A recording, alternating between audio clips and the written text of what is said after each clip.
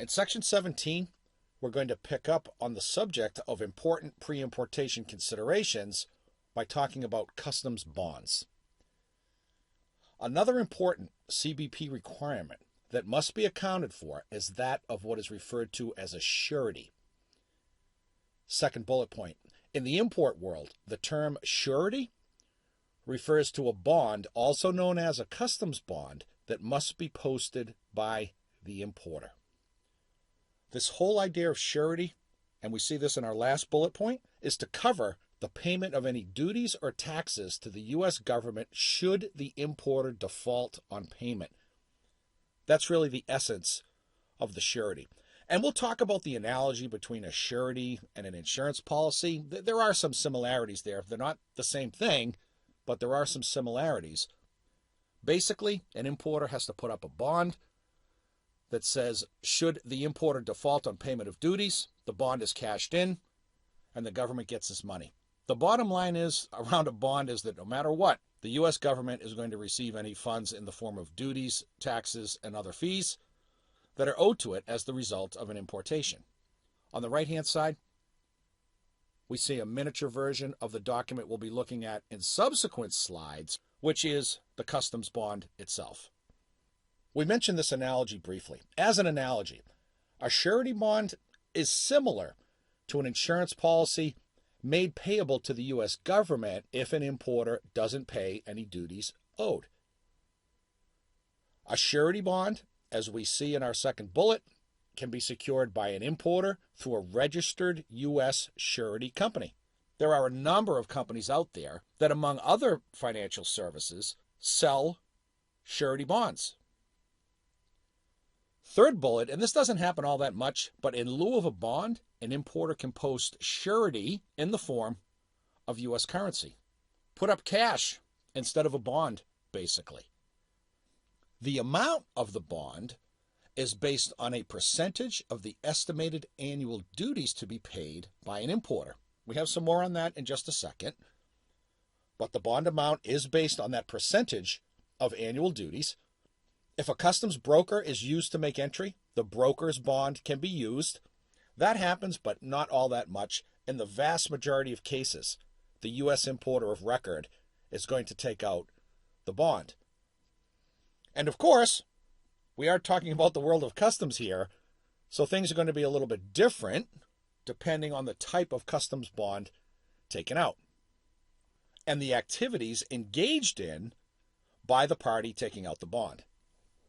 For purposes of our discussion, bond types can be broken down into two categories. What is referred to as a single transaction bond, also called a single entry bond, and then what is also referred to, second sub-bullet point, as a continuous bond. Second bullet, a single transaction bond only covers duty exposure for an individual import shipment. It's a one-time deal, a one-time bond for a single shipment. A continuous bond, as the name may indicate, covers multiple entries over a specific period of time, usually a one-year period. As a trade tip, let's say that it is up to the importer to decide on whether to use single entry or continuous bonds. We have some further color on that in just a second, but it is up to the importer. Either way, whether a company does one import a year or 1,000 imports a year, a bond is going to have to be in place, and that bond is the assurance given to the government that regardless of what goes on in an import transaction, the government is going to get their pound of flesh in the form of customs duties, taxes, fees, etc. Let's talk a little bit more detail about this continuous bond. A continuous bond requires an application process with the surety company. What we're looking at on the right is not the application. That's different. What we're looking at on the right, and again, we'll see it in a blown up form in just a bit, is the bond itself. It's not an application. Second bullet, one of the objectives of the application process is to establish the financial solvency of the importer. In other words, sub-bullet, proof that the financial wherewithal exists to pay customs duties, taxes, etc., meaning that the importer has the financial capability to pay customs duties. Because really, the last thing anybody wants is for the bond to be used. That would imply that the importer, for whatever reason, didn't pay the customs duties. The bond is there as an assurance, as a surety. We don't want that bond to be used. It's a backup tool, really. To get a continuous bond, there has to be an application by the importer to the surety company. Elaborating on something we said a moment ago, the amount of a continuous bond is derived by calculating 10% of an importer's average yearly customs duties, which is rounded up to the next $100,000 and subject to a $50,000 minimum. Quick trade tip: if a bond is for more than $200,000, the importer will have to provide audited financial statements to the surety. That's extra assurance in the form of audited financial statements to prove to the surety that the importer can pay customs duties. Because again, the idea is not to institute the bond, not to use the bond. It's there as a backup, as a guarantee to the government should there be some form of default. A couple of administrative points to bring forward: an importer can acquire a surety bond directly from a surety company or through a customs broker who works with surety companies. Customs brokers, as part of their overall portfolio of services, will gladly sell an importer all day long single entry bonds and a continuous bond. But they're not the surety company. It's almost like an insurance broker, if you want to use another analogy. But the surety company and the customs broker are two different entities. Typically, single entry bonds are acquired through a customs broker at the time of entry. It's a one-shot deal. Get the single entry bond through the broker, and off one goes. Third bullet: continuous bonds typically renew automatically on a yearly basis, and the importer pays the yearly fee. Unless, as we see in our sub-bullet, there's been a dramatic change in the entered value of merchandise by the importer. That just means if an importer has a bond in a certain amount based on their historical average value of customs duties, and then for whatever reason the importer starts importing like crazy and is bringing in a lot more merchandise and their duty exposure is a lot higher, the surety is going to say, hey, you have a bond in place, but it doesn't cover the amount of duties that you're exposed for at this time. It's going to have to be increased. Now, one might ask oneself, how does a surety even keep track of that? Well, as a trade tip, it's not a surety, it's actually CBP. CBP has a bond division that monitors import activity to validate bond sufficiency, meaning if the bond is enough to cover an importer's increased import activity. CBP, through ACE, sees entered value, sees amount of customs duties that are owed by an importer, so they're going to know. And the bond always has to match what the ongoing duty exposure is. A couple of things to go over here. We'll zoom on the left, and then we'll come back and zoom on the right. What we're looking at on the right-hand side, just to get it out there, it's that blown-up version of what we've seen in previous slides, actually CBP Form 301. It's the customs bond. Before we zoom in on that, we want to line up, as we spoke of previously in other sections, how the customs regs provide the regulatory justification for customs to engage in certain activities. We saw that in the importer notification number, and we're seeing it again here. On the left-hand side, this is straight out of the regs.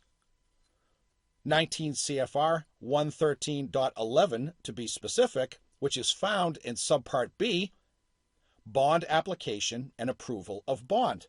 We won't read the whole thing, but let's read through a little bit of it. Each person who is required by law, regulation, or specific instruction to post a bond to secure a customs transaction or multiple transactions must submit the bond on Customs Form 301. That's what we have on the right-hand side. You'll note, to secure a transaction or multiple transactions. If the transaction will occur at one customs port, The bond shall be filed with and approved by the director of that port where the transaction will take place. If transactions take place at multiple ports, it can be filed with and approved by any port director.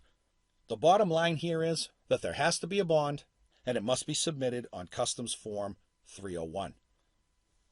Let's zoom out and come back in on Customs Form 301. As we note on the upper left-hand side, there's the name, Customs Bond, making reference to 19 CFR Part 113, which we just looked at. There's a broker filer code if there's a customs broker involved, the surety reference number for the bond itself, and then just above that on the right-hand side where it says CBP use only, that's the bond number, which we can also see parenthetically is assigned by CBP. In Section 1, we see the distinction between a single transaction bond, a single entry bond, or a continuous bond. Section 2 breaks things down a little differently by who the party is on the bond and what activities are going to be engaged in. We see in Section 2, this bond includes the following agreements. Check one box only. For us, it's going to be that first box on the left-hand side, box 1, importer or broker. But there are other boxes that can be checked. We can only check one. For us and our training, it's going to be that first box. But to be thorough, we can see drawback payments refunds, custodian of bonded merchandise. There's a bond that an international carrier will have to put up, a foreign trade zone bond, and on goes the list. Again, our thing is box 1. From there, the principal's name, that's the party taking out the bond. Below that, the surety with the surety number, agent ID, and signature. It gets submitted, and hopefully business gets conducted in a normal fashion. Business will never be conducted in a normal fashion with CBP if there isn't a single transaction or continuous bond in place, especially for formal entries. Let's wrap up our discussion on bonds with a supply chain perspective entitled Single Entry or Continuous Bonds. At some point, an importer is going to be confronted with the decision of whether to use a single transaction or continuous bond. While both types of bonds achieve the goal of covering the government for any unpaid duties or taxes, there are certain considerations that will influence which type of bond an importer ultimately uses. Let's summarize very quickly. A single transaction bond is just that. It's one import, one entry to one port, end of story. A continuous bond can be multiple entries into multiple ports over the course of a year. Second paragraph. Perhaps the biggest consideration in this choice is the number of entries a year that an importer has.